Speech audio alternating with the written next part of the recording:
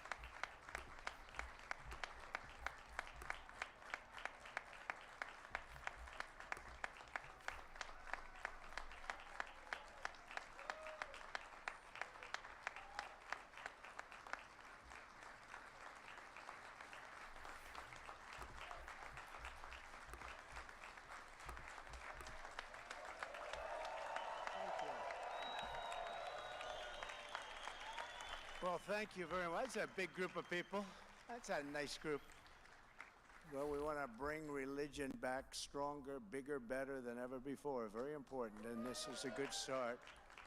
This is really good. We have to have religion, and it suffered greatly over the last few years, but it's coming back. It's coming back strong, and I want to thank you, Pastor Paula, who I have known for a long time. She's a fantastic person, and thanks to the thousands of believers here today from all across the country and from all around the world. This is a beautiful tradition. They told me I could do it via Skype. And I said, what are we doing? And they said, the prayer breakfast. I said, I've been there every year. I'm not doing it via Skype. Right? Via Skype. I'm going to be there. It's not that far, you know. It's like about 2 minutes down the road. In fact, it was easier to do this than put up a Skype deal. Just destroy the White House, putting up all that stuff. But now I want to be here with you. And I have been here with you. Thank you.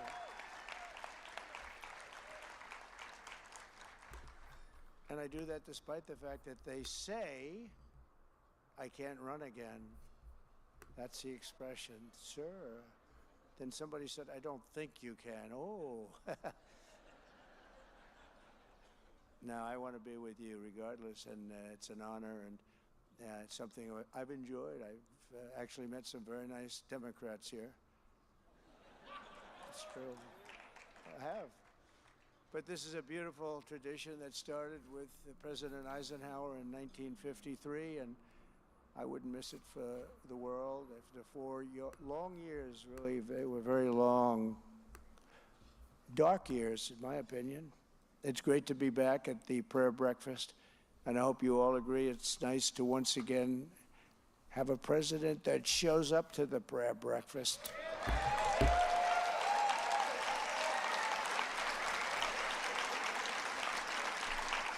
And that agrees to be interviewed for the Super Bowl. I'm doing that too.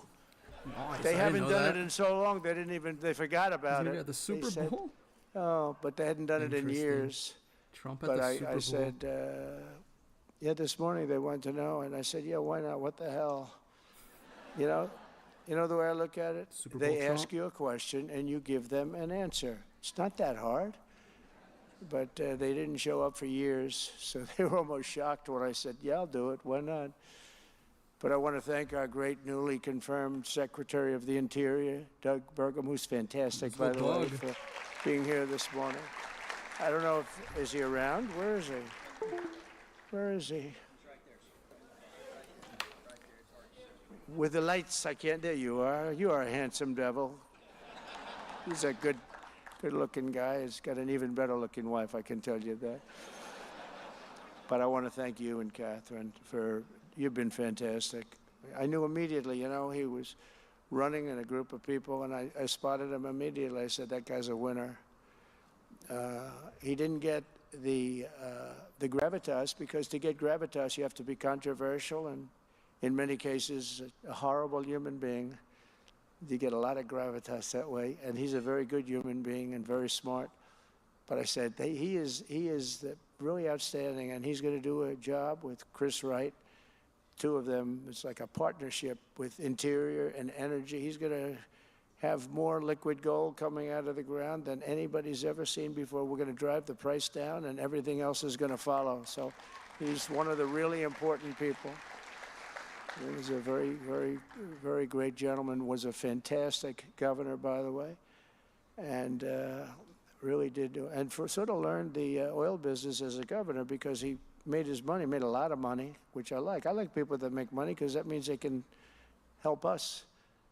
And they always like me to put in really people that have failed. They want, please, sir, he's made too much money and he's become too successful. They want me to hire people that have totally failed to run Department of Energy. Somebody that lost all his life, I just don't want to do it. I know it sounds nice, but I want to get somebody that was so successful, because we got to bring the country back, and him and Chris are going to be unbelievable. I really believe it. But I want to thank you very much, Doug, for what you've gone through. He's gone through a lot, too. But he was easily approved, because he's an honest person. He gave a statement. They read it. They said, thank you. But as well as our co-chairs, Representatives Ben Klein and Jonathan Jackson. Thank you very much. Thank you very much. Thank you. Thank you, fellas. Right. Congressman Eric Burleson and visiting dignitaries from more than 120 countries. From the very beginning of our republic, America has always been a nation founded by people of faith and strengthened by the power of prayer and united by four simple but very beautiful words: in God we trust.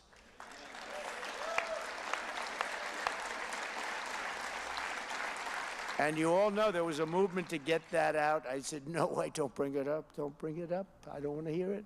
There was a movement. We don't want that, because we shouldn't be mentioning God. There was a very strong movement, just like they don't want to say Merry Christmas, but now they say it. Remember in 2016, I was a whole big part of my campaign. You're going to say Merry Christmas. Well, now they do it again. But I don't know if you've been watching, but we got rid of woke over the last 2 weeks. Woke is gonzo. Despite the other side stealing hundreds of millions of dollars to promote woke. Did you see what happened yesterday, where they found hundreds of millions of dollars of money was fraudulently given to newspapers and, I guess, Politico? I don't know, they're here. Good, I hope you're enjoying your breakfast. No, they gave money to all this out of U.S. aid, right? U.S. AID. It came out, hundreds of just tremendous amounts of money, had nothing to do with anything. This is a terrible thing that was experienced, but we're catching them left and right. We're catching them.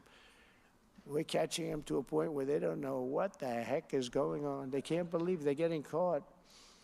And I have great respect for the people that are doing it. Elon Musk is helping us on it. And he's pretty good. He's pretty good. He's pretty good at it. But the numbers are astounding. They're astounding. Even Doug was shaken up by what he heard. Do you believe that, Doug, what you've been reading? It's just very dishonest stuff. But it was faith that led the pilgrims to cross an ocean and settle this majestic continent, and we're going to keep it majestic. It was belief in our Creator that moved the patriot farmers to stand strong for liberties at Concord Bridge 250 years ago this April, and we're going to have a big party next year. And we have the Olympics coming in, and we have the World Cup coming in, and we have the 250th year celebration, all three. And when I was president, I got the Olympics and I got the World Cup. 250 years I had nothing to do with. Just happened to be. But it all came due the presidency after what should have been mine. Really should have been. And they had a little election that, let's just say, didn't work out too correctly. A lot of things have been found out about that. But so I got forced to run again, and I ran again. And now I have the Olympics, I have the World Cup, and I have 250. So I said, this is interesting, you know? When I got him, I said, you know, the only bad thing about the Olympics is I won't be president. The only bad thing about getting the World Cup, I worked hard to get the World Cup because everybody wants it. Everybody wants the Olympics. But the only bad thing was I said, you know, I won't be president, and I might not, you know, when you're not president, you might not even be invited. They said, isn't it sad? Then all of a sudden I run and I win, and then somebody says, sir, you're going to have to start thinking about the Olympics. I said, you know, you're right. I never thought about that during the campaign.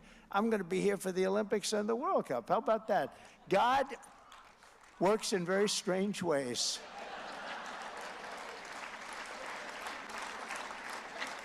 But we had a great election. We won by a massive majority. Won all 7 swing states. We won the popular vote by millions and millions of people. We have a mandate, and some say the most consequential election in 129 years. And that's good because I'm a believer, like you're a believer, and we want to have a believer in this position.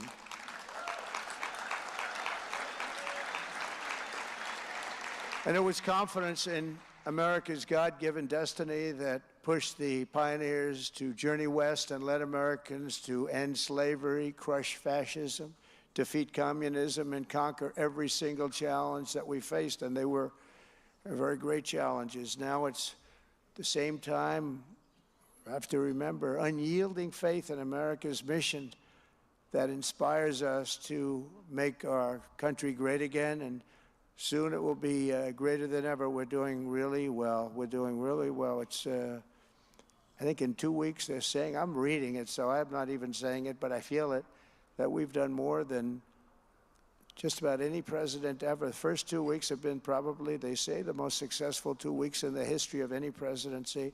Now all we have to do is keep it going for another couple of 100 weeks. But it's been very successful. And if this guy gets a lot of oil out of the ground to bring down everybody's prices, it'll even be better. So, Doug, you shouldn't even be here right now. You should be, get out of here, Doug. Start looking for oil. After years of decline, Americans are reasserting our true identity as a people ordained by God to be the freest and most exceptional nation ever to exist on the face of the earth. But we weren't that for 4 years. I don't believe we were. And we're getting there very soon, very quickly. I'll be able to say it, and we'll be able to say it again. As I said in my inaugural address 2 weeks ago, a light is now shining over the world, the entire world. And I'm hearing it from other leaders. I'm hearing it from leaders that have traditionally not been on our side, that there's so much more, there's such a good feeling in the air, so different than it was just a short time ago. Because here in America, we are once again a nation that believes in ourselves. We believe in our destiny and trusts in the providence of Almighty God. And I can tell you the opposite side, the opposing side, and they oppose religion, they oppose God. They've lost their confidence. They've lost their confidence. It's a different group of people than I remember. Over the past 2 weeks, our strength has been restored, our spirit has been revived, and a new national momentum has been sweeping across our land. The golden age of America has officially begun. And I will tell you, I just read it this morning, a statistic just came out that in the last 15 years, we just broke the record, Army recruitment, and they think it's going to be 25 years, but right now it's 15, more than 15. Army recruitment has gone up. You've probably been reading that it's been way down in the dumps. And recruitment's the highest it's been in more than 15 years, and that's going to get higher, and it could be 25 years, but that's going to get higher and higher. And that's a tremendous thing. That's a tremendous thing, and a poll came out that the spirit of the country is up 49%. Where did you hear that? That's a record that's never gone up. And that's gone up over just since the election, since November 5th. What a great day. Was that a great day? Was that great? Because we're going to make our country great again. After years of stagnation, our economy is roaring back to life. Optimism is soaring. Hope is returning. And we have brought back the words common sense to our government. We had a big day yesterday. You saw that, having to do with men in women's sports. No longer. It's over.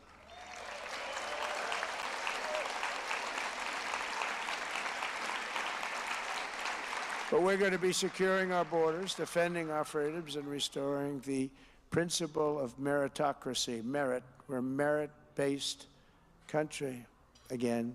And we have a Supreme Court ruling to that effect. Nobody thought that was going to happen. That was a great ruling. It didn't get the kind of notoriety that other things get, but in its own way, it was just about as important as anything. It gave us the right to go back to a merit-based. We're a merit-based country now. It's based on competence, intelligence, and based on ability and all of the things that really can make a country great.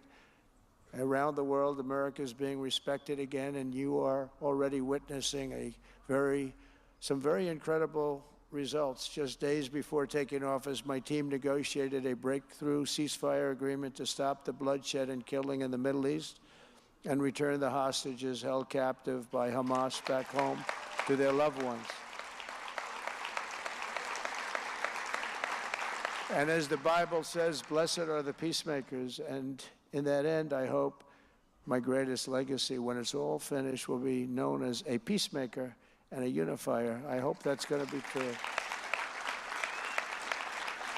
You know, when I left, we had no wars, we had no problems, we had no inflation, all we had was we were going to go just up. And I came back. We have Russia, Ukraine. We have the Middle East has exploded. All of these things would have never happened. And we have inflation that was the worst in the history of our country. But we're joined today by several brave families whose loved ones were taken hostage during the October 7th horrible attack 16 months ago. And I know I speak for everyone here today when I say that we're keeping you in our hearts and our prayers. And please stand if you are one of the people who have been so gravely affected. Please stand. Thank you.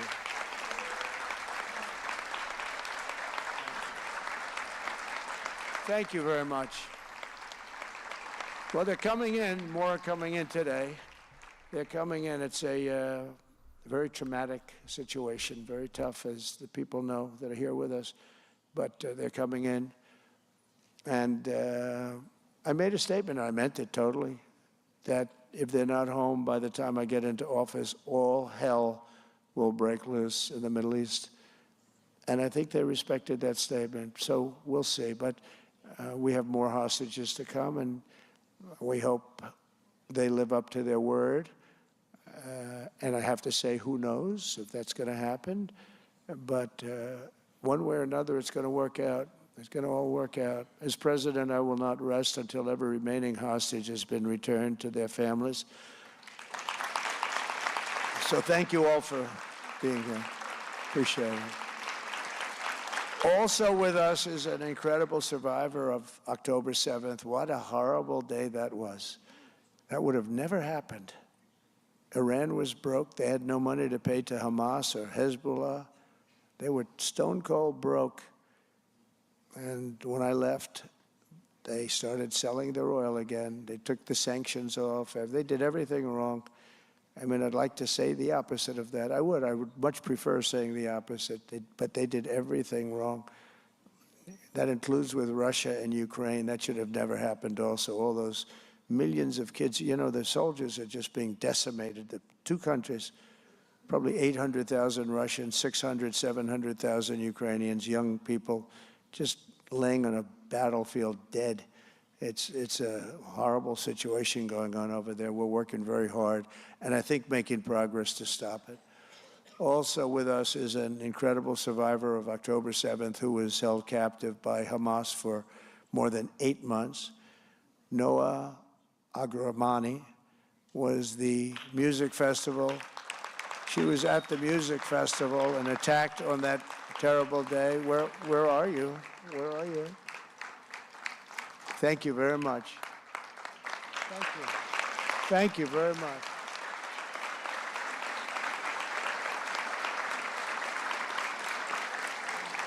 That's great that you're here. I watched you on television. I don't know what you're doing, but you look like a much younger person. I don't know what the secret is. Please give it to all of us. For 245 harrowing days, Noah showed unwavering strength and courage and faith as she endured the unendurable, really, what she went through. But by the grace of God, she was rescued by the Israeli Defense Forces, and now she's come back to pray with us this morning, and it's such an honor to have you, and you're really an inspiration, Noah, to all of us. Thank you very much.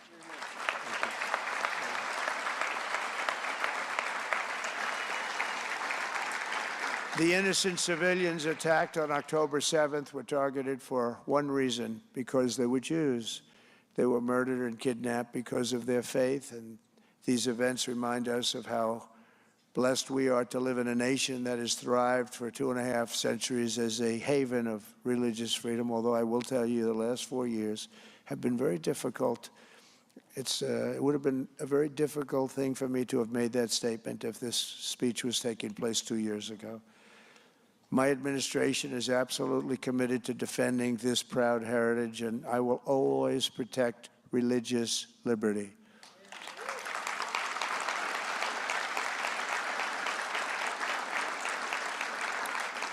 And that is why today I'm on, and really honoring a lot of people, but I'm announcing that I will be creating a brand new presidential commission on religious liberty. It's going to be a very big deal, which will work tirelessly to uphold this most fundamental right. Unfortunately, in recent years, we've seen this sacred liberty threatened like never before in American history. There's nothing happened like the last 4 years. What's happened with so many things have gone bad, but religion, what they've done, and the persecution that they've executed have been just horrible. For example, most of us would not have believed it possible that a grandmother with a severe medical condition, quite elderly woman, would be put in jail for praying here in America. She was put in jail because she was praying. But we're joined today by a woman who was 75 years old. Paulette Harlow was sentenced to 2 years in prison for peacefully praying outside of a clinic, charged under an obscure law that hadn't been used in years, selectively weaponized against Christians by the previous administration.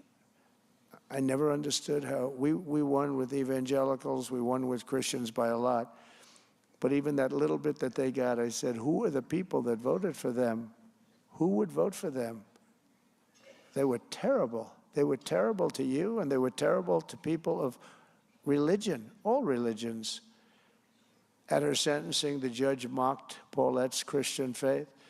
Exactly 2 weeks ago, it was my honor to grant Paulette and other persecuted Christians, about 23 of them, a full and unconditional pardon.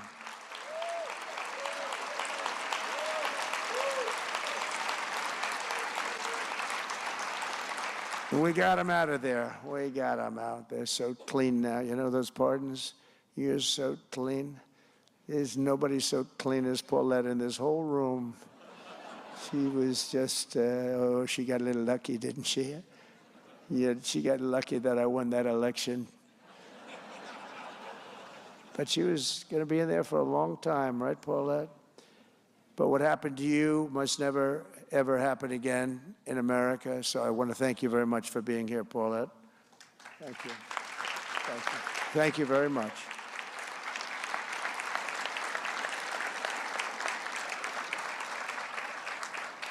Thank you. Thank you very much. Enjoy your life. To confront such weaponization and religious persecution, today I'm signing an executive order to make our Attorney General, who's a great person, she's going to be a great Attorney General, Pam Bondi, the head of a task force, brand new, to eradicate anti-Christian bias. About time, right? Anti-Christian bias. Yeah, you never heard of that one before, right? But it's about time, isn't it, though, really? So many times you hear, but you don't hear the anti-Christian bias. The mission of this task force will be to immediately halt all forms of anti-Christian targeting and discrimination within the federal government, including at the DOJ, which was absolutely terrible, the IRS, the FBI, terrible, and other agencies. In addition, the task force will work to fully prosecute anti-Christian violence and vandalism in our society and to move heaven and earth to defend the rights of Christians and religious believers nationwide. You've never had that before, but this is a very powerful document I'm signing. You got it now. First time you've had it.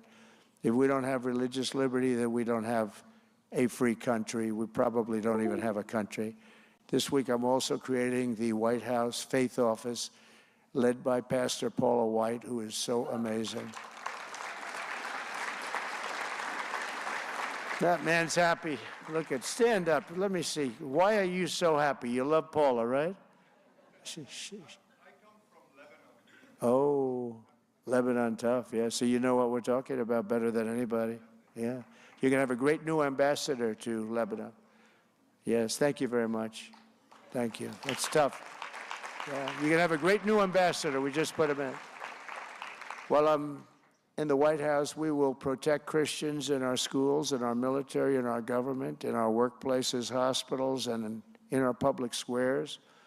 And we will bring our country back together as one nation under God with liberty and justice for all. Throughout history, those who have sought control and domination over others have always tried to cut the people off from the connection to their Creator. At the same time, every nation with big dreams and great ambition has recognized that there is no recourse more precious than the faith in the hearts of our people. It's the thing that makes our nation great. It makes other nations great. When you don't have it, you don't see great nations. Without God, we are isolated and alone, but with God, the Scripture tells us all things are possible. Well, look at me. I'm standing before you today. I shouldn't be here. I shouldn't be here. A lot of people said, I shouldn't have been here. A beautiful day in Pennsylvania. It's a shot that should not have been missed. Well, it got me a little bit. It got me a little bit, but pretty amazing. My son, who's a great shooter, Don, both of them, Eric, they said it's like sinking a 1-foot putt from where that shooter was with that particular weapon. And it just happened to turn at the right instant, a fraction of a second. If I was late or early, it would have been over. And you would have somebody else speaking today. But got very lucky. It was a chart or an immigration came down, and I looked to my right. Quickly, I looked to my right. I said, drop that chart. Boom. And I said, man, what was that? So if I didn't make that turn, so it's, you know, my son, Don, said, Dad, I'll tell you, you got saved by God. This is, you know, I shouldn't say this, but that was a big statement for him to make. He was moved, Eric, likewise, because it's, you know, you could say it's a miracle, or you could say something, but it was really, it was God that saved me.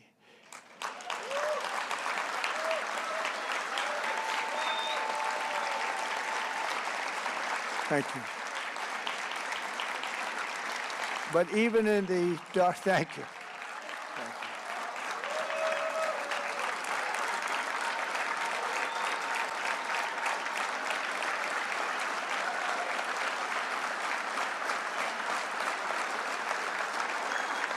Thank you.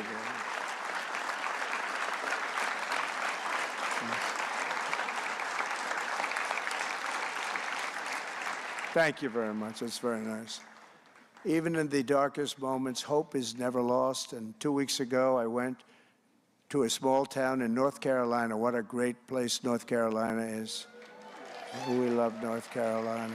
We won that thing 3 times. We won the primaries. We won the elections. We won it. And my daughter-in-law, Laura, is so incredible. She comes from North Carolina. She did such a great job. They love her in the state. But we've had great luck there, and I reciprocate.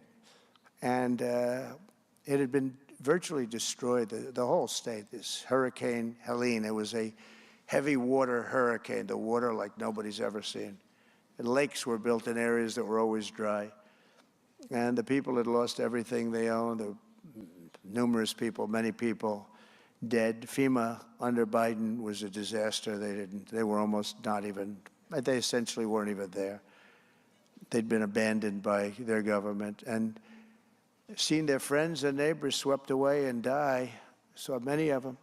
One of those I met was a pastor named Ramona Nix, really good woman. Her congregation is small, but they had just purchased a brand new church, beautiful church. She said, people asked her, what are you going to do with this big building? It was such a good, beautiful situation to be in. And then came the hurricane. And she looked at them, she said, only God knows.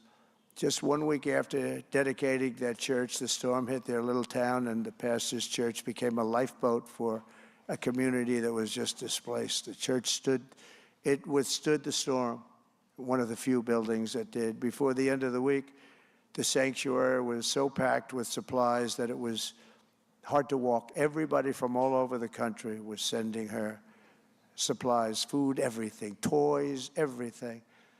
And in the midst of so much hardship, the pastor's message was not one of sorrow, but of joy. God is good. And she said it very strong. And she said, sir, God is good. He is very good. It's been just 17 days since I took the oath of office. Wow, 17 days. It's time still flies. It's 17 days. It's gone. I've been so busy that it's hard to believe. But we've done a lot in 17 days, haven't we? And in those 17 days, we've accomplished really what some people haven't accomplished in 8 years, from the flood-ravaged valleys of North Carolina to the flame-scorched bluffs of California. I went there. What a shame that is. I've never seen anything like it. As far as the eye could see, just devastation of rich neighborhoods, very rich neighborhoods. Some of the richest people in the country lost their houses. Rich and middle income. I wouldn't say poor people. This was a rough period of weeks. You know, I opened the floodgates a few days ago. Let the water come down because the environmentalists didn't want water. They still don't want it. If they had their choice, they don't want it. I said, are you crazy? And I'm sure you've seen it, the water comes down from the northwest, parts of Canada, I guess, but the Pacific Northwest, and it comes down by millions and millions of barrels a day. And I opened it up. It wasn't that easy to do, but I opened it up, and it's pouring down, and it's a beautiful thing. And it should have happened. I told them to do it in my last term. They didn't do it, but now we just did it. They didn't want to do it, but we did it. But from the gang-ridden streets of our inner cities to the war-torn lands of the Middle East, we're working urgently to restore hope and prosperity, safety and peace all over. Every single day of this administration will act with purpose and historic speed, because like that pastor in North Carolina, we know that God is good, our future is bright, and America's glorious destiny is just within our reach. And so together we will make America stronger and prouder, safer, freer, greater, and more faithful to our God than ever before. And I just want to thank you. You're very, very special people. You're great people. It's an honor to be with you. And I will see you again next year. Okay? Thank you very much. God bless you all. And God bless America. God bless you.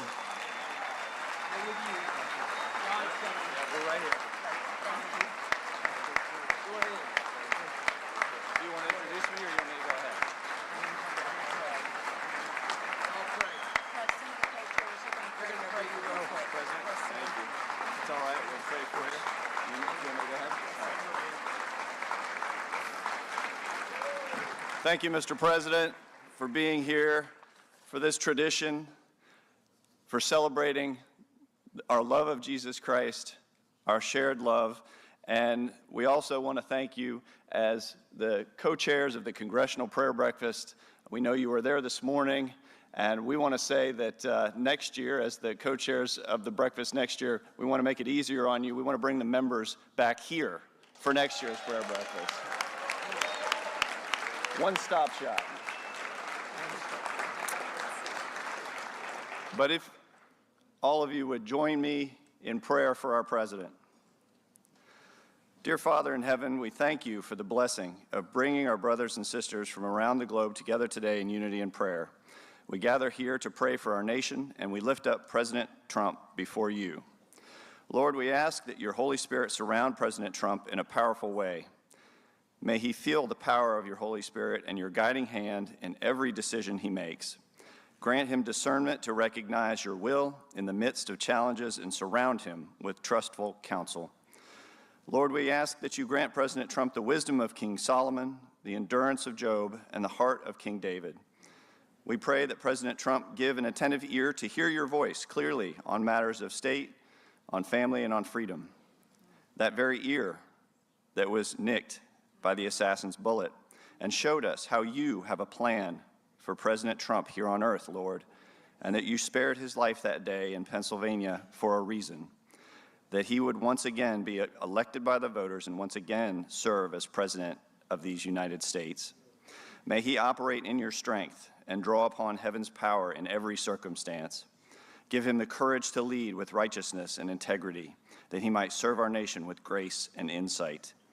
We pray for protection over President Trump and his family. May you protect their hearts and their minds, shield them from harm, and ease their burden while President Trump is in the Oval Office. May he never feel alone in the weight of the responsibilities he carries. We pray that you would continually strengthen him, encourage him, and fill him with peace that surpasses all understanding. And in all things, may your will be done on earth as it is in heaven. God of our weary years, God of our silent tears, thou who hast brought us this far along the way, thou who hast by thy might led us into the light, keep us forever in the path we pray. Divine, eternal, incomparable, gracious God, today we pray that you would remind the leaders of this great nation that in spite of our protestation, that there is still a God adjudicating all of the affairs of the United States of America and the world, and that you are God all by yourself. And we pray that you would teach us that no matter where we come from or what commitments we may be or have, we are all children of the same earth, created in the divine image and worthy of respect, dignity, and honor. We are beneficiaries of the same sky and legatees of the same blessed night. And today we summon the nation to prayer because it is important for us to remember that the rights of men and women come not from the generosity of the state, but are rather derived from the grace of God. God, our Creator, we ask that you never allow us to have false political pride to overwhelm the angels of our better nature, and to teach us always that even under the worst of our political circumstances, we must be willing to see the good in each other. Because in times like these, we are called to remember what we believe and then live up to it, so that we will affirm in our faith that we can be confirmed by how we endeavor to lead. For you said in your word, if my people who are called by my name will humble themselves and pray, seek my face and turn from their wicked ways, then I will hear from heaven and will forgive their sins and heal their land. God, give us greater faith, and not just faith as a set of existential commitments upon which to rest the future of our souls, but faith as understanding of how to treat each other, respect each other, and honor the dignity of all human beings. God, in your creativity, you gave mankind the beauty of human diversity with a goal for all of us to live in harmony. Remind us that as long as a free society is unwilling to help the many who are poor, it will never be able to secure the fortunes of the few who are rich. Because faith without works is dead, and God, we ask that you teach this country that the future footsteps of America must be determined not only by our national greatness, but also by our commitment to those once enumerated unalienable rights. So blessed are the peacemakers, for they shall be called the children of God, and blessed are the meek, for they shall inherit the earth. Keep us always connected to your love, and let justice roll down like waters, and righteousness like a mighty stream. In your name we pray, amen.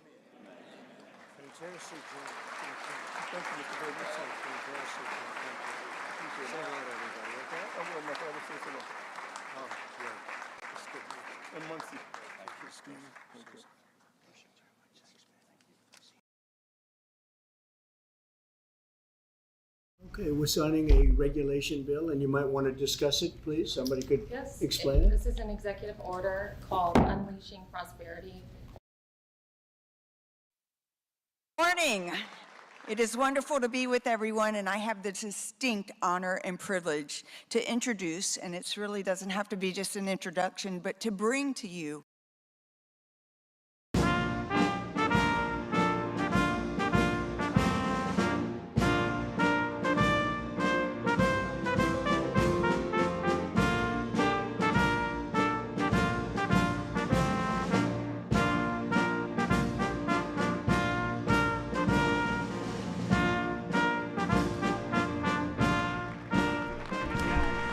Yeah, I just finished the I forgot what that was called, but that was a good speech they all gave, the prayers at the end. Enjoy this. We're going to And be this here is for a the little while Stanley with Cup. Great champions. It's funny because Today they we're visited thrilled to Trump instead of welcome Trudeau. And this is really something special because I watched those games, and I was a little bit worried after I watched the 3-up. Well, this is over because Vinny's a friend of mine, and then they lost 3, and I said, "Ooh, this is going to be a tough loss." That would not, I don't know, that would have been bad. But that's the real champions can pull it out. But the 2024 Stanley Cup champions, the Florida Panthers, and it was a tremendous championship and watched by all. And the entire team, congratulations on your first ever Stanley Cup win. And you had a couple of really close calls, and I watched the team get better and better and better, and then they won. In particular, I want to congratulate your team owner, Vinny Viola, my friend.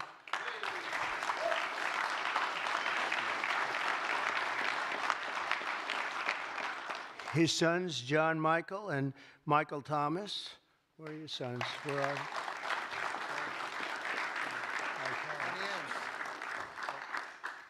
Raise your hand. Where are they?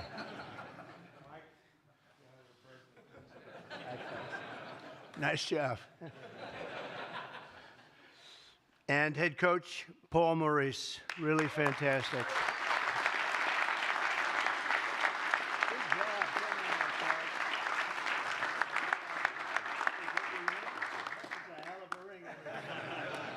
That's a nice ring. That's a good coach, too. General Manager Bill Zito. Bill.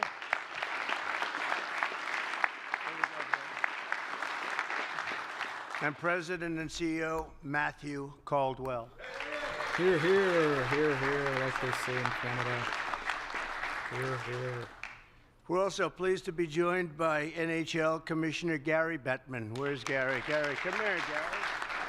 Can you imagine Biden doing one of these?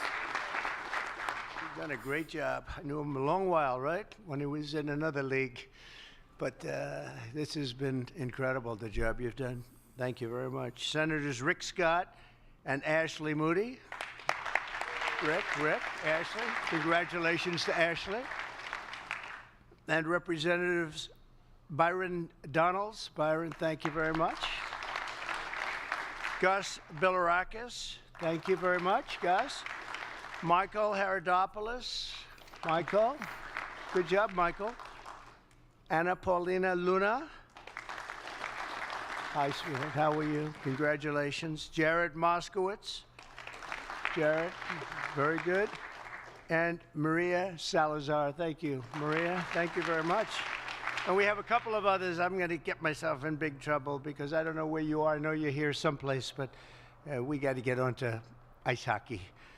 The Panthers' 2023 and 2024 season was one for the history books. It was really an exciting one. Everybody was watching it. You secured the Atlantic Division title for the third time, and after coming up just short of the Stanley Cup the year prior, you gave the fans one of the most riveting comebacks in NHL history, in any sport history. I don't know anything about a comeback, but they tell me it's very exciting. I never viewed mine as a comeback. I never said this was not a comeback. Team captain Alexander Sasha Barkov was crowned the league's best defensive forward after winning his second Selke trophy, and that was a great honor. It's a big deal to do that. Where is he?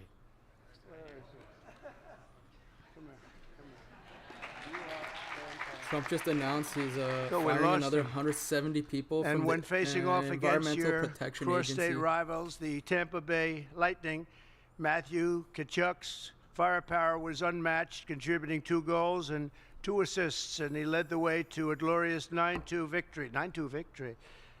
9-2 victory in one game? How many times have people That was done crazy. that? How the hell did they Such take a a big 9-2 trophy. victory and then They should fill that you with go to beer. 7 games? How did that happen? The whole squad can You drink were together. surprised too, huh? Setting a franchise record with the Panthers' 11th consecutive win on the road. And then Anton Lundell also had a memorable season, racking up 35 points, with 13 goals and 22 assists. He won 55% of his faceoffs, setting an all-time career high while players look just so 22 giddy. years old. And congratulations to Anton. Where is he? That one dude in the back smiling so hard. He's a good-looking young guy. That's great, Anton. Don't worry, you'll get beat up in life a little bit. Your team's many successes After were hockey. the result of incredible performances He moves across to the board, politics. and I'm sure you agree that your coach deserves a lot of credit. He's a great coach. Nobody knows hockey like Paul. He's the league's second all-time leader in games coached and holds the record for the most wins in Florida's Panthers history, and I assume he's going to be around for a long time, right? He's not going anywhere, Yeah, Coach. he's a young man, it looks I want to like. be your agent, Coach. Under Paul's leadership, the Panthers have become a finely tuned machine with a rock-solid defensive and offensive. Your offense is great, your defense is great, the whole thing. It's very tough to beat. And I will tell you, I looked at your current record. You're doing pretty well, right? You're nicely positioned. Yeah, you know the expression, he's nicely positioned. I love all these ties. This is so cute, these people. I walked in, I said, I think they like Trump. I like them. And you aren't just great protectors of the net. You're also known Trump's as a the little biggest zesty, dude. rollers Sounds on funny. ice. Wow. I was with a man named He always Wayne calls Gretzky people the other day. beautiful. Do you It's know kinda Wayne weird. Gretzky? Did you ever hear of Wayne Gretzky? The great one? Yeah, And Wayne he was Gretzky. telling me I watched him play about once.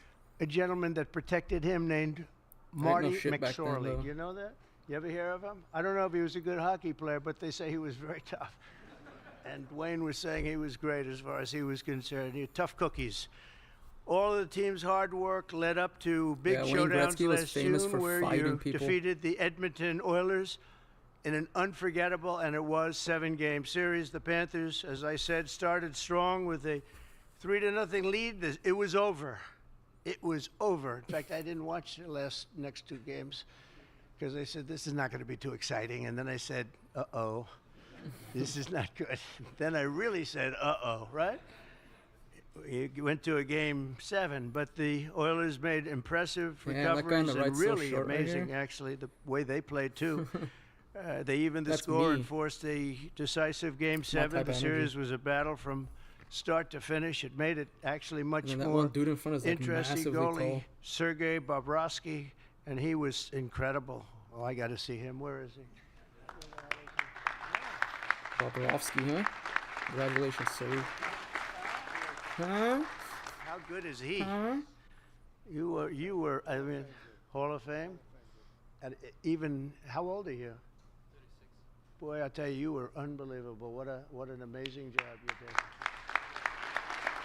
And there was a lot of pressure, and I mean it. That game 7, you guys had to be like, man. And you played great. That was great, great job you did. On behalf of everybody that watched, thank you, Bob. It was nothing short of phenomenal during the finals. In the first 40 minutes of Game 1, Bob made an astounding 25 saves. He's the first goalie to get a shutout in Game 1 of the Stanley Cup in 13 years, and his 23 saves in Game 7 were absolutely crucial to securing a very, very tight victory.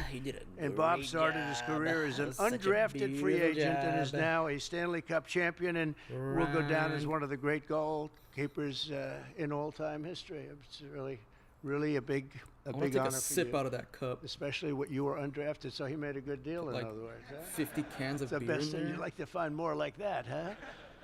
So it's what a great achievement, Bob. Congratulations. But the title couldn't have been won if you didn't have a man named Carter Verhaeghe. Carter Verhaeghe. Where's Carter? I could That's the one that was smiling a lot. only pronounce that name because I heard it so many times during the service. I said hair is right. I heard that name so much. Verhaeghe is scoring champion, and he's the scoring, and really the opening goal of that game was very important, wasn't it? That put you in a position where got you the butterflies out a little bit. Way to go. Congratulations. That's a great job. Everybody. Carter skillfully directed a shot past the Oilers goalie and gave the Panthers your first lead in the series since Game 3. And not to forget Sam Reinhart, who had a legendary shot in Game 7. That certainly was a legendary shot, one that's not going to be What a legend. forgotten. After securing the puck from Carter, Sam carried it down the ice and flicked a wrist shot, very much like I would do it if I played. Right past the Oilers goalie, beating him and beat him on the glove side. Where are you?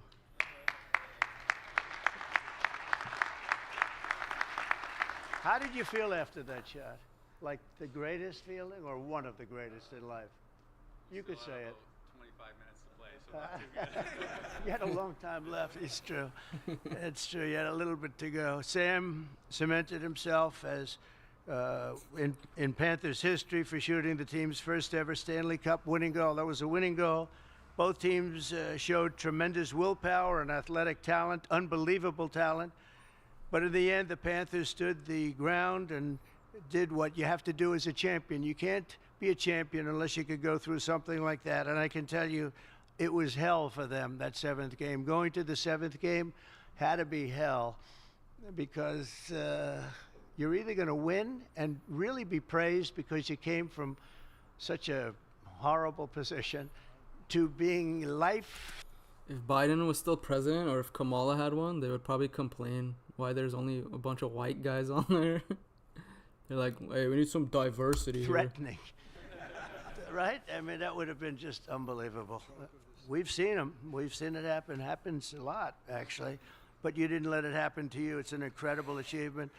And I just want to tell you, you fought for every last point, and it was just something I watched, Mr. Commissioner. I was watching that sucker for maybe the wrong reasons because of that Suckers guy. and losers. And I was hooked, too, because you fell in love with that team, the guts and the courage they had. You really started to really like them. They're great people, and now I see them. And, in fact, I like them so much, I said, we'll get rid of the fake news media very soon, and we're going to go to the Oval Office, and we're going to take some pictures in the Oval Office. Normally, we don't do that, but we're going to do it for this team and for you. And we'll take, unless you don't want to go, you can go home a little bit early. So today we honor the comedian. three and these just really great Trump could have been a athletes. These comedian are in a different amazing life. athletes, an amazing team, and their outstanding achievements, their wonderful owner. From underdogs to champions, they proved the dedication and hard Stand-up work can transform Donald Trump dreams into special, reality. Netflix, coming So in 5 years. congratulations once again to the Florida Panthers Should we on call you just an fired? unbelievable season and a really an unbelievable run because you've been doing so well and now you continue to do well. We'll try and get to one of those games. You know, it's a little tough as president, but I think we can work it out. He's going to the Super Bowl. We need a lot of I think Secret he needs Service. to go there too. They'll be happy. Well, we're gonna get to do it. You've made your state and your fans very, very proud. And now I'd like to introduce my friend Vinny Viola, who's a real champion himself. He's a champion at everything he's ever done. Loves the military. First thing he did, I see him, he said, you got to do this with the Army. You got to move them here. You got to move them. He's giving me all the instructions. You love the military. I would have liked him. He's a coach, We man. should have had you I would in want him to lead the Afghanistan instead Army, of the not gonna characters we lie. had. Would have Over turned out a Millie, little yeah. bit different, huh? Come here. Congratulations. Congratulations. Great, Vinny. Please. That's your new military general right there. Well, first, Mr. President, you look fantastic. Thank you. So whatever it is you're working so hard at, it's agreeing with you, and I like to see that. And thank you. So, I love the banter, dude. We brought a cohort.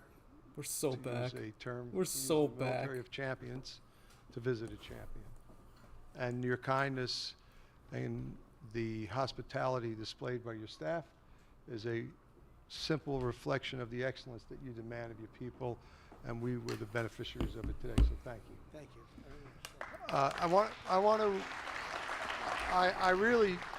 I'm going to keep this short because I really don't enjoy this.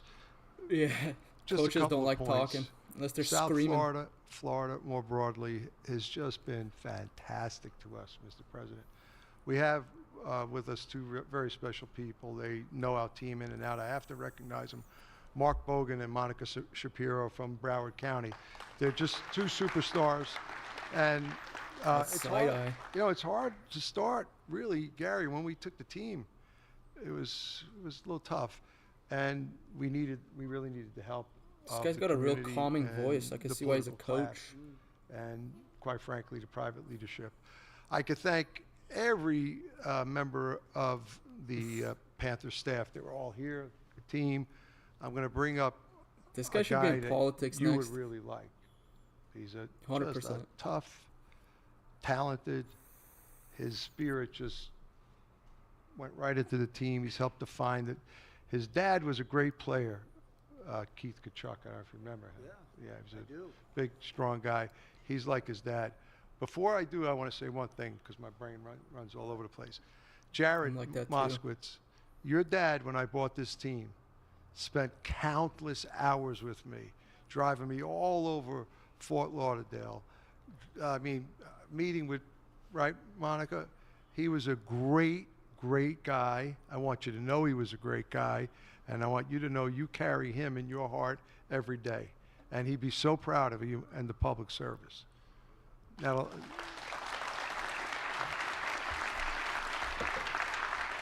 Mr. President, I'm going to ask Matthew Kachuk come up. We got a few things for you. I really hope you like them, especially is it up there? We framed, you're the only, listen, we had to go 45 and 47, right? 45 through And so, 47.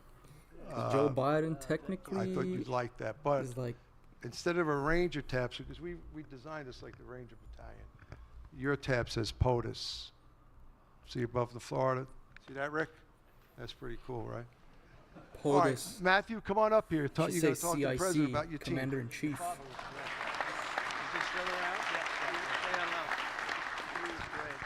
Thank you. Well, thank you, Mr. President, for having us today. We greatly appreciate it, and being one of the few He's the Americans, best speaker of the team, I guess. who loves this country so much. This is such an incredible day for myself, and you wake up every day and I'm really grateful to be an American. So thank you.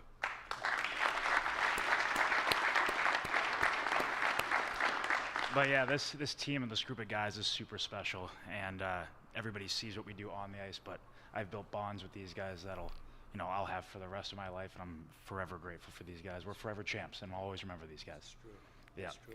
So Can attest. with that said, When you're on a we got team, dude, few the gifts for you. camaraderie is just Mark, you wanna give me that? unbreakable. Ooh. Let's lift the big trophy. What the hell happened to the volume? What the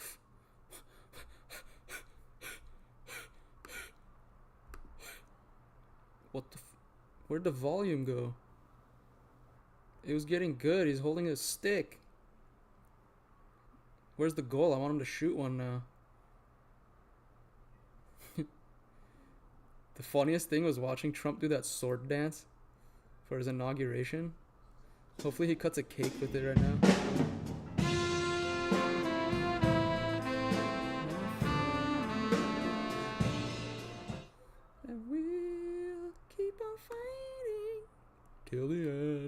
Thank you very much. We have some very exciting news today. We have numerous fronts are being covered. Before we do that, Will give me certain proclamations. We'll sign them, and you'll hear a little bit about them. Will, please. Yes, sir. First, we have for your signature 5 official designations of special envoys. The first is Mr. Steve Witkoff, who's actually in the room, to be your Middle East envoy.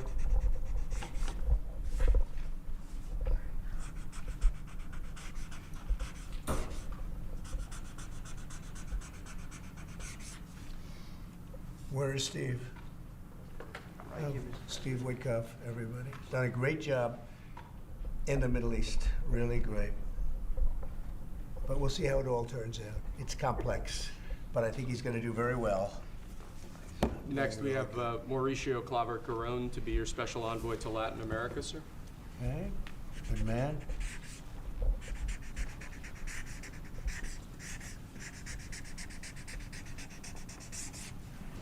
Okay. Thank you, sir. Next, we have retired General Keith Kellogg to be your special envoy on Russian-Ukraine issues.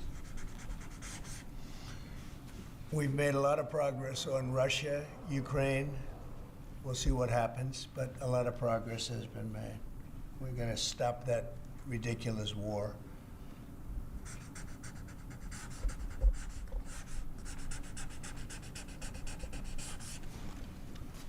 Okay. Thank you, sir. Next, we have designation of Rick Grinnell, to be your envoy for special missions. I sent him to California to turn on the water. We turned it on. It was not easy because we had to go through a lot of environmentalists that are causing a lot of problems. And we have billions of gallons of water. It was on 3 days ago. You probably saw. Should have gotten a lot of press, but it didn't get much. All we're doing is giving Los Angeles and the entire state of California virtually unlimited water, which they could have done 5 years ago, which I told them they should do, but the environmentalists stopped them. And we opened it, and we did it regardless of the state. And now the state seems to be very happy. I spoke with Gavin Newsom, and he's very happy. I almost called him by the other name, didn't I? My little nickname for him. But I think they're all happy. They have a lot of water in California. Too bad we didn't have it about 2 months ago, right?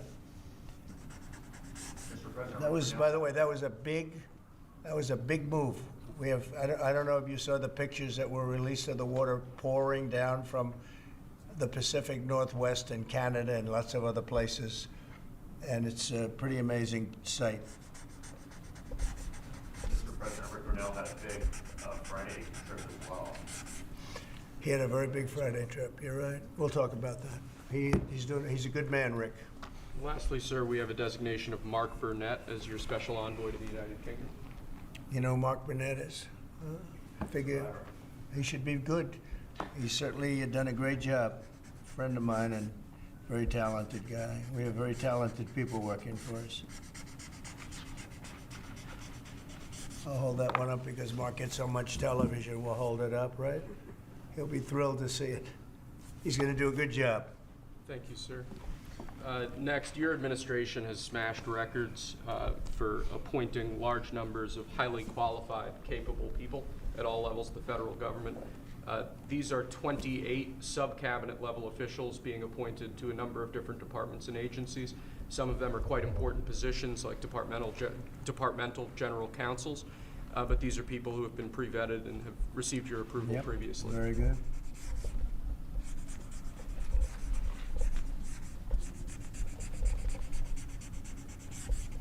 Okay. Thank you, sir. Next, this is an executive order. Discharges your Secretary of the Treasury, Scott Bessent, and your Secretary of Commerce, Howard Lutnick, to begin a process that will hopefully result in the creation of an American sovereign wealth fund. It's a very exciting event. We're going to have a sovereign wealth fund, which we've never had. We have a lot of things that create wealth, and you're seeing that over the last 2 weeks. I think we've created more wealth. Other people have created de-wealth, the people, my predecessors. We're creating a lot of wealth. Scott, maybe you'd like to say something about it, and I'd ask also Howard to say something about it. Yes, sir, this is very exciting. We're going to stand this thing up within the next 12 months, we're going to monetize the asset side of the U.S. balance sheet for the American people. We're going to put the assets to work, and I think it's going to be very exciting. We're going to study best practices that's done around the world. It'll be a combination of liquid assets, assets that we have in this country as we work to bring them out for the American people. The extraordinary size and scale of the U.S. government and the business it does with companies should create value for American citizens. If we are going to buy 2 billion COVID vaccines, maybe we should have some warrants and some equity in these companies and have that grow for the help of the American people. So I bring all these things together, I think Scott and I will create an amazing sovereign wealth fund for you, sir. So other countries have sovereign wealth funds, and they're much smaller countries, and they're not the United States. We have tremendous potential in this country, tremendous. You're seeing that, what's happened just in a short period of time. And as an example, TikTok, we're going to be doing something perhaps with TikTok, and perhaps not. If we make the right deal, we'll do it, otherwise we won't. But I have the right to do that, and we might put that in the sovereign wealth fund, whatever we make, or if we do a partnership with very wealthy people, a lot of options, but we could put that as an example in the fund, and we have a lot of other things that we could put in the fund. And I think in a short period of time, we'd have one of the biggest funds, and some of them are pretty large, I must tell you. Some of like the Saudi Arabia fund is on the large side, but eventually we'll catch it. But we're going to create a lot of wealth for the fund, and I think it's about time that this country had a sovereign wealth fund, and these two gentlemen and some others are going to work with them very closely, and they'll be heading it up, and they're going to do a great job. Two highly respected people that have done unbelievably well in the world, in the real world. So that's a big deal, huh? Yes, sir. I think it's going to create value and be of great strategic importance. Mr. President, why is it important for Elon Musk to have access to the payment systems at Treasury? Well, he's got access only to letting people go that he thinks are no good if we agree with him, and it's only if we agree with him.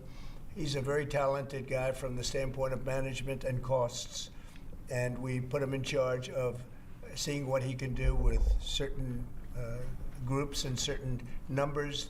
Some of the numbers are horrible, what he's found. Think of it, $100 million on condoms to Hamas, and many other things that are frankly even more ridiculous. And they're finding tremendous waste, really waste more than anything else, I think you could say. Probably fraud and abuse can be added to it, the more standard waste, fraud, and abuse. But they're finding tremendous amounts of really bad things, bad spending. You've been writing about some of it, frankly, and some of the things that they've been doing is just terrible. Elon can't do and won't do anything without our approval, and we'll give him the approval where appropriate. Where not appropriate, we won't. But he reports in, and it's something that he feels very strongly about, and I'm impressed because he's running, obviously, a big company. It has nothing to do, if there's a conflict, that we won't let him get near it. But he does have a good natural instinct. He's got a team of very talented people. We're trying to shrink government, and he can probably shrink it as well as anybody else, if not better. Where we think there's a conflict or there's a problem, we won't let him go near it. But he has some very good ideas, and we have a lot of very other talented people also. We're bringing in the most talented people in the world. By the way, we just unrelated, but we have two of the most talented people in the world, the legendary Rupert Murdoch and Larry Ellison. So they are two legends in business, publishing, and probably every other. Rupert is, Larry, pretty much in a class by himself, right? I mean, although you may have a couple of bucks more, I don't know, but Rupert is in a class by himself. He's an amazing guy, and Larry is Larry. Larry's one of the most serious players anywhere in the world, so it's an honor to have you. This has nothing to do with you people, but they're here, and I thought it would be appropriate. I'm sure you didn't recognize them. They're all going crazy. They're saying, what are they doing here? Thank you, sir. Mr. President, on the tariffs, is there any chance that Canada or China could also get out of the tariffs after you start to deal with Mexico? Well, nobody's out with Mexico. We had a great talk with Mexico, and we had President Sheinbaum is a woman. I like her very much, and we've had good relationships, but we have to stop fentanyl from coming in, whether I like somebody or not, and we have to stop the illegal aliens from coming in. I think we've lost 200,000 people on average a year for many years, much higher than the 100,000, could be even closer to 300,000.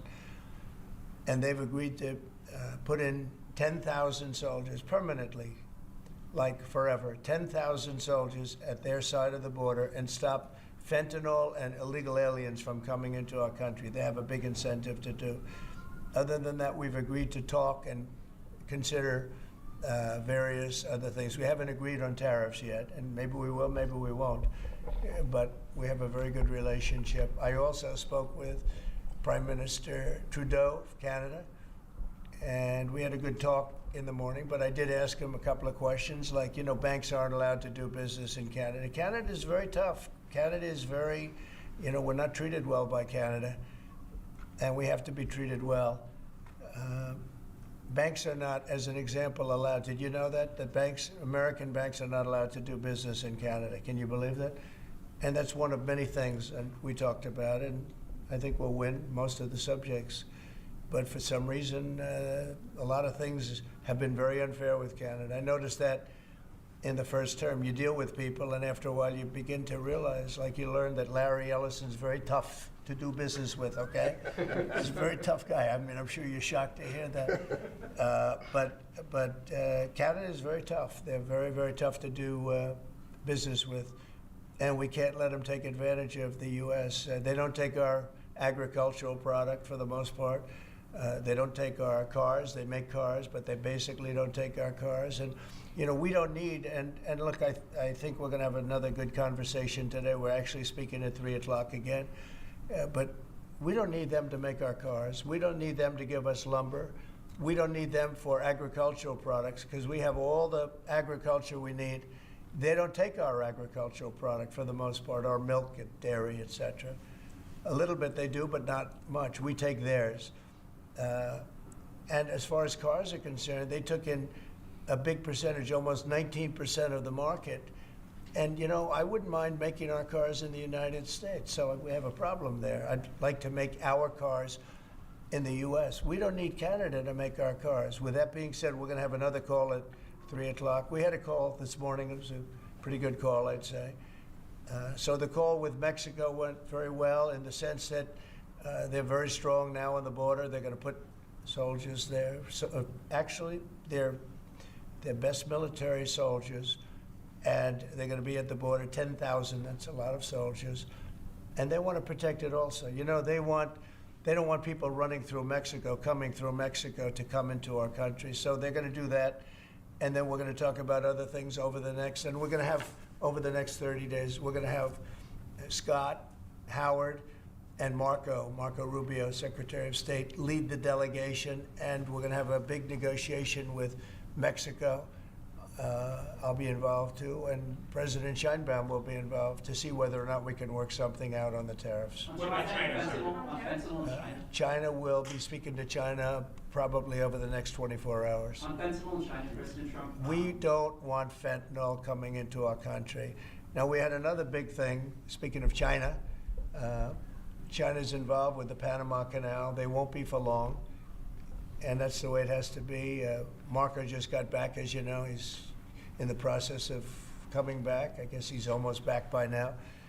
And he had a very long conversation with the leader of Panama, the respected man, and some others, the entire leadership group.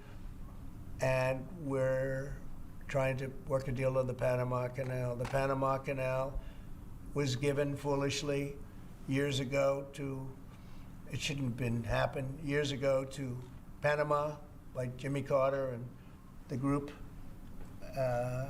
We lost 38,000 people building the Panama Canal, like one of the great wonders of the world. It's the biggest job we've ever built, the biggest project we've ever built in this country, dollar-wise and every other way. 38,000 people died, Americans, all men, just about, laborers and construction people. They went to Panama. The mosquito got them. Between mosquito and snakes, we lost 38,000 people. It was the most expensive project ever built by the United States. The biggest, most expensive project we ever built 110 years ago. If you bring it up to now, it would have been the equivalent of $2 trillion. The most expensive we ever built, and we gave it away for $1, okay? We gave it away essentially for nothing.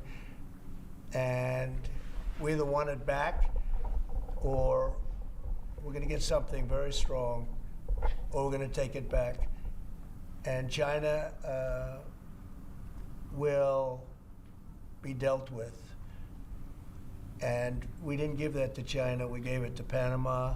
We shouldn't have given it to Panama, but Panama, as you know, has violated the agreement, totally violated the agreement.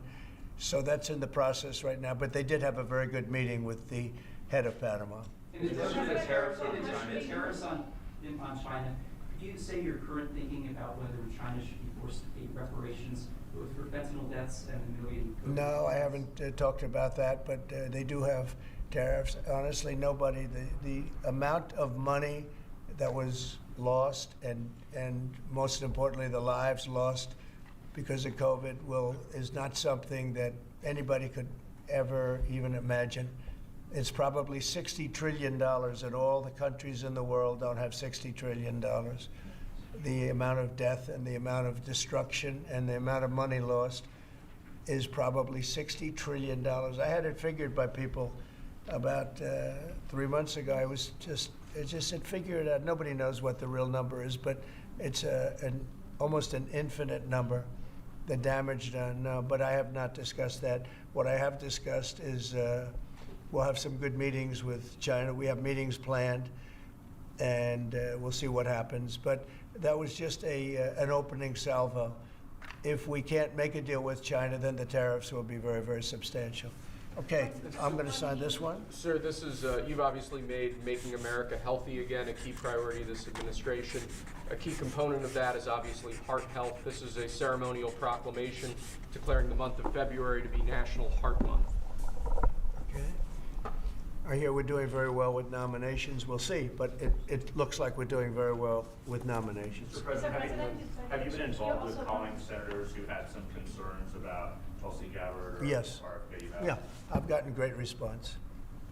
And they want to do what's right, and we've had a good response. I think we'll do well. We have great people like this. We have great, great people coming in. I'd like to say the best ever recruited for government. I think we have the finest people ever recruited for government. Will it take an active Congress? And you know what? You're starting to see that because we've done more in 2 weeks than Biden's done in 5 years, 6 years. They could be here between him and Obama. You add it up, okay? We've done more in 2 weeks than they've done in 12 years. Will it take an act of Congress to do away with USAID, or do you believe you have? I don't know. I don't think so. No, not when it comes to fraud. If there's fraud, these people are lunatics. And if it comes to fraud, you wouldn't have an active Congress, and I'm not sure that you would anyway. But we just want to do the right thing. It's something that should have been done a long time ago. It went crazy during the Biden administration. They went totally crazy what they were doing, and the money they were giving to people that shouldn't be getting it, and to agencies and others that shouldn't be getting it. It was a shame. So they're tremendous fraud. But we'll be doing a report. We'll be giving you that report at the appropriate time. Yeah. In the first term, though, USAID was something that you liked in some respects. I love the concept of it. Yeah, sure. I love the concept, but they turn out to be radical left lunatics. And the concept of it is good, but it's all about the people. Mr. President, you said you also want to impose tariffs on the EU. What kind of tariffs are you thinking about? Well, we have massive deficits with the European Union, massive, like $350 billion, if you can believe it. They don't take our farm product. They don't take our cars. They don't take almost anything, but we take their cars. We have millions of cars coming in, BMW and Mercedes-Benz and Volkswagen and just so many different cars, and we don't do anything about that. And we don't charge them tariffs. They make it impossible to sell cars in the European Union. They make it very difficult, agricultural product. They actually don't take it. And they have a lot of excuses. Some of them are the pesticides and the different chemicals used. And Bobby Kennedy actually is looking at that very, very seriously, because maybe it's not necessary to use all of that. You know, we want to be the healthiest country, and we're not. We spend more money on food than anybody else in terms of its creation, but we're not the healthiest country. So maybe there is something to the fact that we shouldn't be using so much chemical, and maybe that'll stop. But Bobby Kennedy is the one, because he is not a believer in all of the things we have done, and neither are the Europeans. So we'll see what happens. But they use it as an excuse not to buy our product. And I asked a couple of the leaders, I don't want to use names, but how many Chevrolets or Fords do you see in the middle of Munich? And the answer is none, because they don't take any cars. They don't take anything. So the European has abused the United States for years, and they can't do that. And they want to make a deal. Let me tell you, in all cases, they all want to make deals. There's nobody that doesn't want to make deals. They've been abusers, and they want to make deals. So we'll see about that. But we'll have, I think, some very fair. All we want is a fair deal. And you know, there's a word, reciprocal. I'd go right now, reciprocal tariffs on everybody, because many of the countries that you feel so horrible about the way they're being treated by Trump, you're saying, oh, President Trump is so terrible to them. Well, they charge us tariffs. European Union has a VAT tax, which is through the roof, okay? It's a similar thing, similar to a tariff. It's a VAT. And they have it, and it's numbers like you wouldn't believe. And Canada, I told you about the banks, and I told you they charge us. And people don't say that. They don't like to say it. Just like they don't like to say that I opened up the water for California. It's a great thing. It's too bad they didn't do it themselves. I had to do it, and it was not easy. We did it a very rough way, and I didn't like to do it a rough way. We shouldn't have to do it a rough way. But a lot of these countries that we're talking about, you know, they're so-called allies, but they don't treat us well. And just like I got $420 billion, and now it's actually over $600 billion, the Secretary General of NATO came in 2 weeks ago, and he said it was a miracle when Trump came in, when President Trump came into NATO. He said it was $636 billion by saying to them, no, you have to pay. And if you don't pay, we're not going to be there for you. You know, somebody has to say it, and they paid. And it was a large amount of money. And one of the problems we have with the Russia-Ukraine situation is that we want to see some equalization, because we're in for close to $300 billion, and they're in for $200 billion less. Why are they in for less? Because Biden never asked them for money. He never said, you got to pay. He never did. All he did is hand out money. So we're talking with them right now, and we're actually working some deals right now, so we have some guarantees and some other things to keep that whole situation to go, really going. I mean, going. We're telling Ukraine they have very valuable rare earth. We want what we put up to go in terms of a guarantee. We want a guarantee. We're handing them money hand over fist. We're giving them equipment. European is not keeping up with us. They should equalize. And look, we have an ocean in between. They don't. It's more important for them than it is for us. But they're way below us in terms of money. And they should be paying at least equal. They should really be paying much more than us, but let's say equal to us. And they're billions and billions of dollars below. So we're looking to do a deal with Ukraine where they're going to secure what we're giving them with their rare earth and other things. Mr. President, in terms of the deal with Mexico this morning, was that partially related to the market reaction and a criticism from Mr. Murdoch's own newspaper? He called it the dumbest trade war on the editorial page on Saturday. I'm going to have to talk to him. I've been right over the Wall Street Journal many times, I will tell you. I don't agree with him on some things. No, it's not only is it Not them. You're going to see. You're going to see. Every single one of those countries is dying to make a deal. You know why? Because they're ripping us off really badly. And the United States is tired of just being ripped off. And that's why we have $36 trillion in debt. We have it for a reason, because we make bad deals with everybody. And we don't allow that anymore. So the Wall Street Journal is wrong, because very simply, every single country that you're writing about right now is dying to make a deal, because the deals they have right now are so good, and so good for them, and so profitable for them. You didn't know that Canada didn't allow our banks. You didn't know all of these different things. And I think in the end, you're going to see that either very, very substantial tariffs are going to be paid by them, or they're going to make some kind of a deal. Or did Mexican President Sheinbaum? Did what? Did you blink this morning? There was no blinking. No, she's a wonderful woman, but she did agree to 10,000 soldiers on the border. I would say that's a lot. Would you say that's pretty good? 10,000 soldiers on the border? Sir, and the 10,000 soldiers are going to keep illegal aliens out, and they're going to keep them out, seriously out, and otherwise they're going to have a big penalty. Mexico's going to be penalized. They're not going to come through Mexico anymore, and they're not going to let the fentanyl come in from China.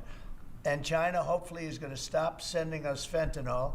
And if they're not, the tariffs are going to go substantially higher. Sir, just to clarify, when you said about Ukraine earlier, the rare earths, is that something you want them to give the rare earths to the United States? Yeah. Okay. I want to have security of rare earth. We're putting in hundreds of billions of dollars. They have great rare earth, and I want security of the rare earth. And they're willing to do it. Sir, you mentioned earlier that Elon On Musk. Canada, when you talk to Justin Trudeau again, is there anything he can give you at 3 p.m. when you talk again to also I don't know. pause, I don't know. like you said with Mexico? I don't know. We have big deficits with Canada, like we do with all countries. I mean, I look at some of the deals made, I say, who the hell made these deals? They're so bad. But with Canada, I have a talk with him, and you maybe know or maybe not. We're going to meet again or talk again at 3 o'clock, right after my next meeting, and we'll see what happens. I can't tell you what's going to happen. You mentioned that he could agree to change your mind on the tariffs? Well, we can always, look, what I'd like to see, Canada become our 51st state. We give them protection, military protection. We don't need them to build our cars. I'd rather see Detroit or South Carolina or any one of our, Tennessee, any one of our states build the cars. They could do it very easily. We don't need them for the cars. We don't need them for lumber. We don't need them for anything. We don't need them for energy. We have more energy than they do. We don't need them for energy. So I say, why are we doing this? Why are we willing to lose between $100 billion and $200 billion a year? We don't need them. As a state, it's different. As a state, it's much different. And there are no tariffs. So I'd love to see that, but some people say that would be a long shot. If people wanted to play the game right, it would be 100% certain that they'd become a state. But a lot of people don't like to play the game because they don't have a threshold of pain. And there would be some pain, but not a lot. The pain would be really there. So we're going to meet again by phone at 3 o'clock, and we'll let you know what on Israel, President Trump, you're very deep with Benjamin Netanyahu. Coming in tomorrow. Yes, you've mentioned in the past you're concerned about Israel being too small geographically. Would you support annexation of parts of the West Bank by Israel? Well, I'm not going to talk about that. It certainly is a small, it's a small country in terms of land.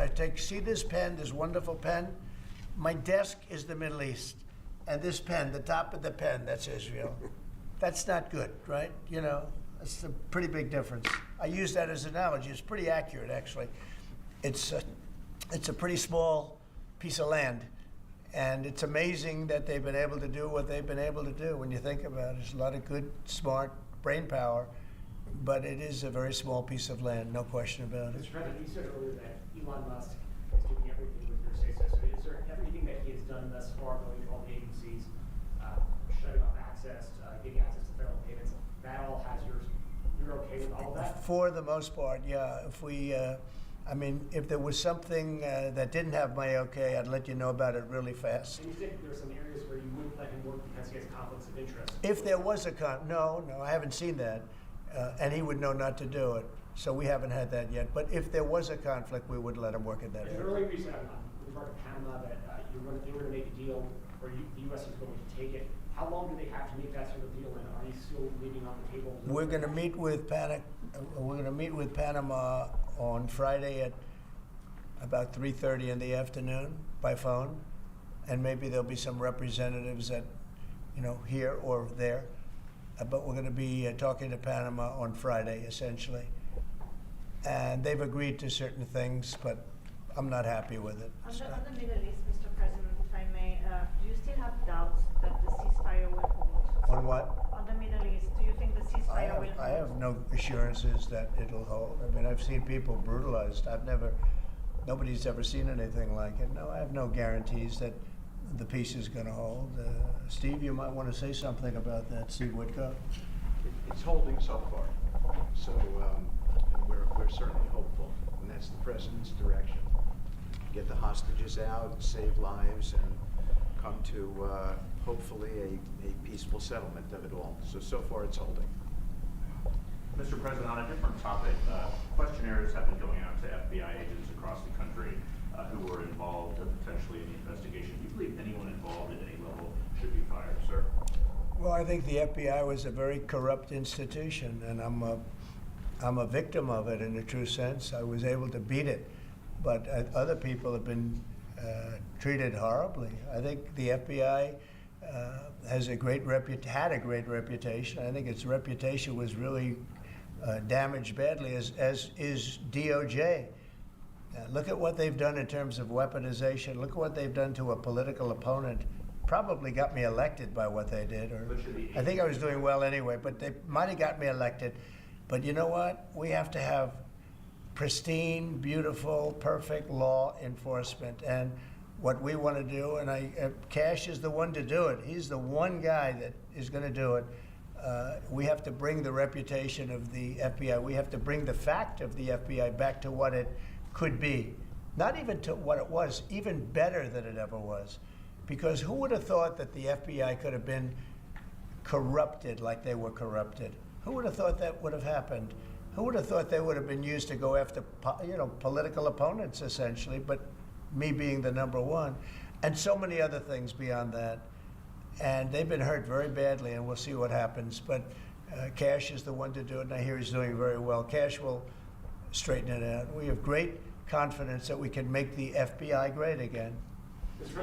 Okay, one or two more and we'll be done. Gabbard's nomination is. Say it? Tulsi Gabbard. Yeah, I think Tulsi's going to be doing okay. I'm not sure. I can't guarantee anything, but she's liked by so many people, especially people in the military and law enforcement. She has a little bit of trouble with some senators over her thoughts on Edward Snowden. I know Snowden, you've mentioned in the past you're thinking about pardoning him. Are you still, and what do you think about that? No, I don't talk about it right now. I just, people feel very differently. Some people think he should be pardoned, and some people think it would be a terrible thing to do. But I don't get involved in that. Mr. President, what are you discussing with Mr. Murdoch and Mr. Ellison? Just respect. I have great respect for Rupert Murdoch. I disagree with him a lot of times with the Wall Street Journal, but that's all right. We've disagreed before, and I'm sure they didn't have any idea what they were talking about, because already you see what's happening. Look at Colombia. Look at what happened with that. Everybody said that with Colombia it was going to be a disaster. In one hour, everything was settled. You know why? Tariffs. Without tariffs, they wouldn't have been the same way. They would not have treated me the way they treated me, which was extremely nicely. And I don't want to use countries, I don't want to use names, but tariffs are very powerful, both economically and in getting everything else you want. Tariffs for us, nobody can compete with us because we're the pot of gold. But if we don't keep winning and keep doing well, we won't be the pot of gold, and then tariffs won't be so good for us. But when you're the pot of gold, the tariffs are very good. They're very powerful, and they're going to make our country very rich again. Thank you very much, everybody. Thank you, guys. I don't know. Thank you, Fred. Thank you, guys. Let's go. How is the market doing? Thank you, guys. I don't think about it. Thank you.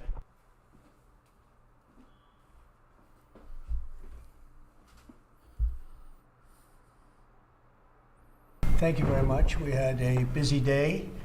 We're dealing with lots of different people and lots of different things. We had some terrific people in today and trying to solve some of the problems that are going on in the country and outside of the country. We're doing very well with respect to other countries really behaving on taking the criminals that they sent into our country, and we're getting them out. These are some of the worst people on earth, and they're getting out and they're being accepted back in their countries, as you've heard, without exception. So a lot of people thought that was not going to happen, but it's happening very full force. Now we're getting some very, very dangerous people out of our country, which is very important. Will, perhaps we'll go through the first one, please. Yes, sir. So earlier today, before the press came in, you signed a commission appointing Chris Wright to be your next Secretary of Energy. We have another commission prepared for your signature, sir. This is Doug Collins to be Secretary of the VA. Doug Collins of Georgia. Two very good men. Piece of paper that size reminds me of middle school.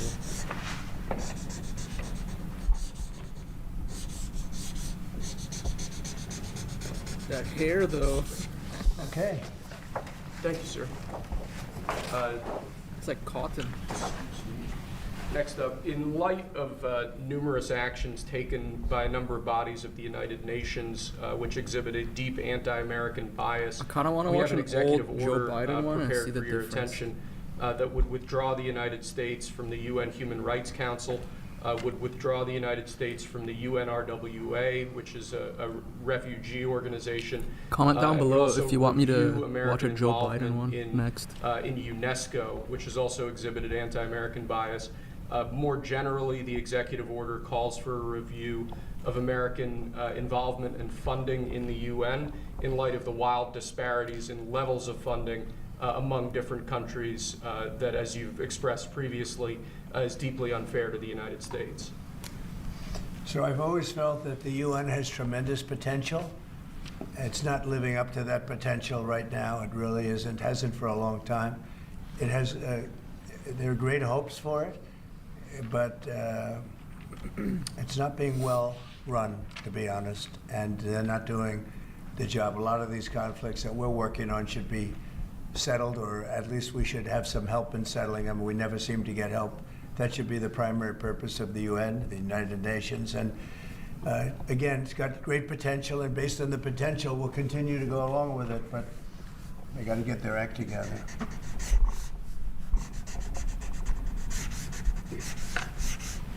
What would they need to do, sir, to get their act together? Well, they got to be fair to countries that deserve fairness. They have some countries, as you know, that are outliers, that are very bad, and they're being almost preferred as countries to those that do their job and are doing a good job, and they have to really, they're going to end up losing a lot of countries. They're going to end up losing their credibility like other organizations, and then they're going to be nothing. The potential of the United Nations, and not everybody agrees with me on this, the potential of the United Nations is fantastic if properly run. So we'll see what happens. How much money are you willing to take away from that?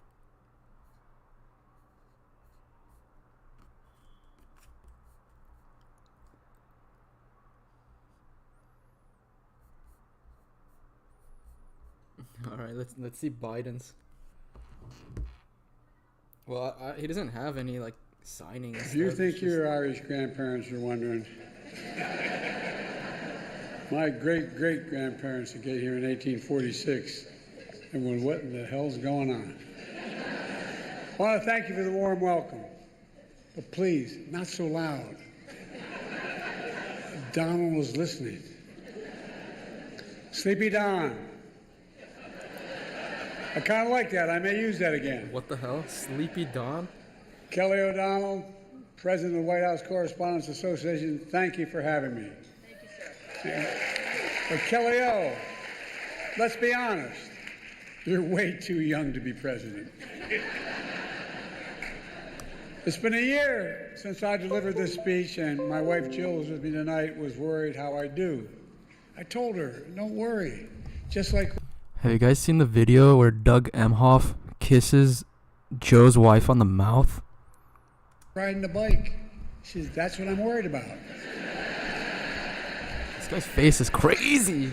Of course, the 2024 election's in full swing. And yes, age is an issue. I'm a grown man.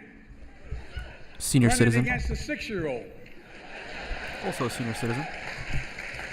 Well, I feel great. But a sharper I really senior feel citizen. Great. I'm campaigning all over the country. Pennsylvania, Georgia, North Carolina. I've always done well in the original 13 colonies. That was embarrassing. Thank you very much. We had over long ago, but it's not over. How close do you think Iran is to developing nuclear weapons? I think they're close. I think they're close. I want to see Trump fight Mayor Bass. Well, thank you very much, everybody. I watched this live, but not the This whole is thing. an honor to be with you. Unfortunately, it's a very sad period, but what makes you feel good is I met so many of the homeowners, and every one of them, a lot of them, and every one of them said to me they want to rebuild. I said, will you go elsewhere? No, no, no, no. It wasn't even like a question. They love the area. They love the people. It's like a family.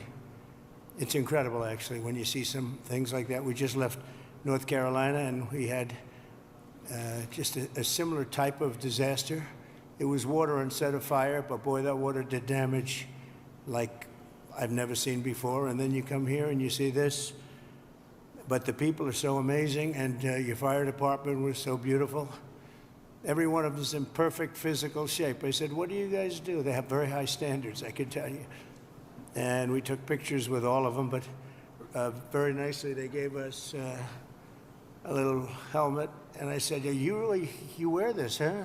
Is this real? And they said, yeah. I said, it's awfully heavy. You have to be very strong to wear that. But that's the original, right? So it's pretty good.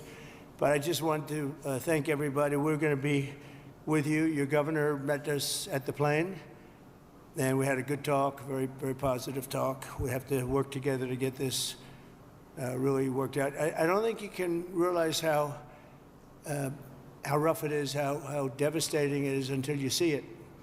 I didn't realize. I mean, I saw a lot of bad things on television, but the extent of it, the size of it, we flew over it in a helicopter. We flew to a few of the areas, and it is devastation. It's incredible. It's really an incineration.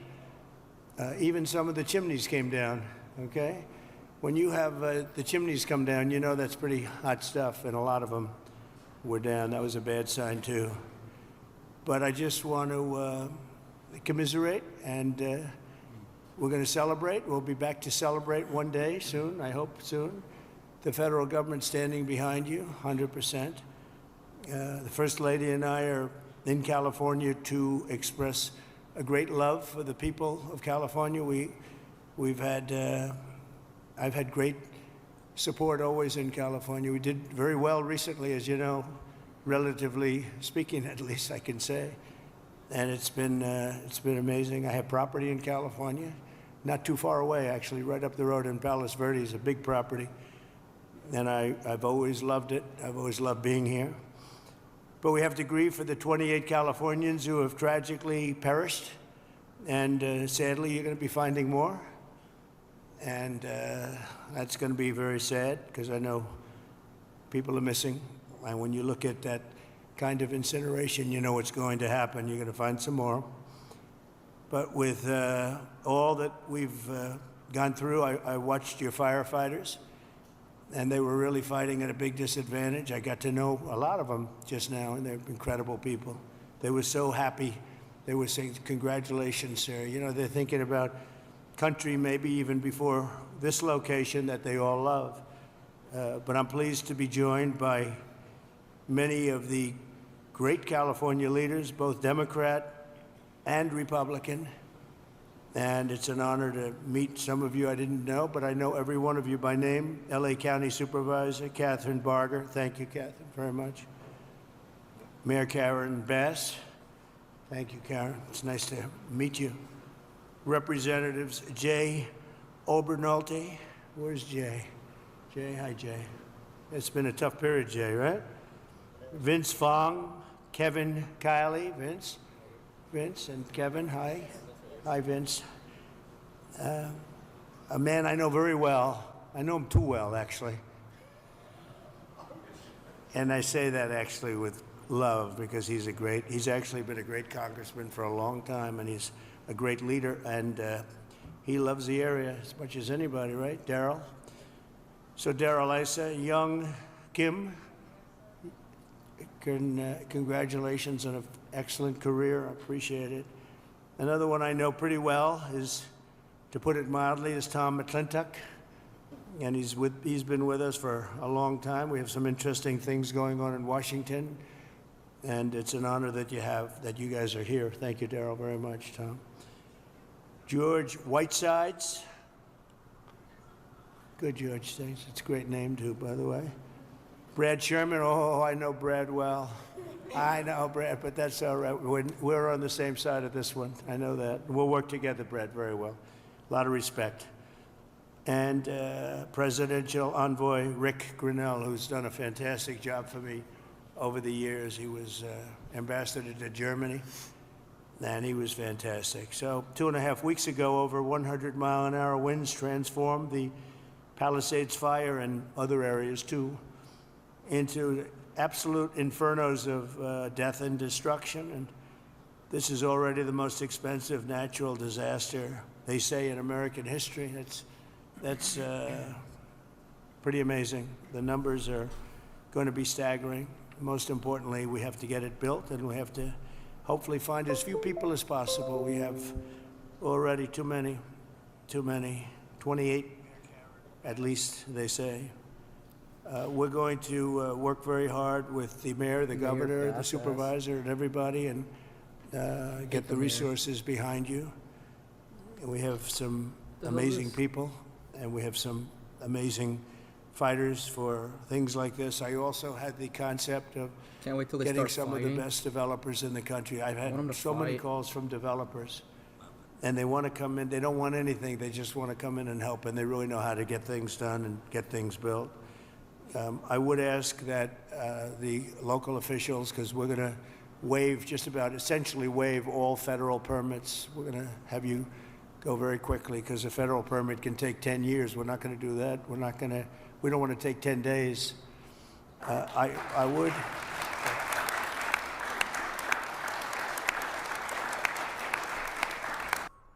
Have you guys ever considered Lady Gaga being transsexual? So we're declaring this a national emergency. By doing that, I can give you. I think she is. You immediate permits. I'd ask that the local permitting process be the same.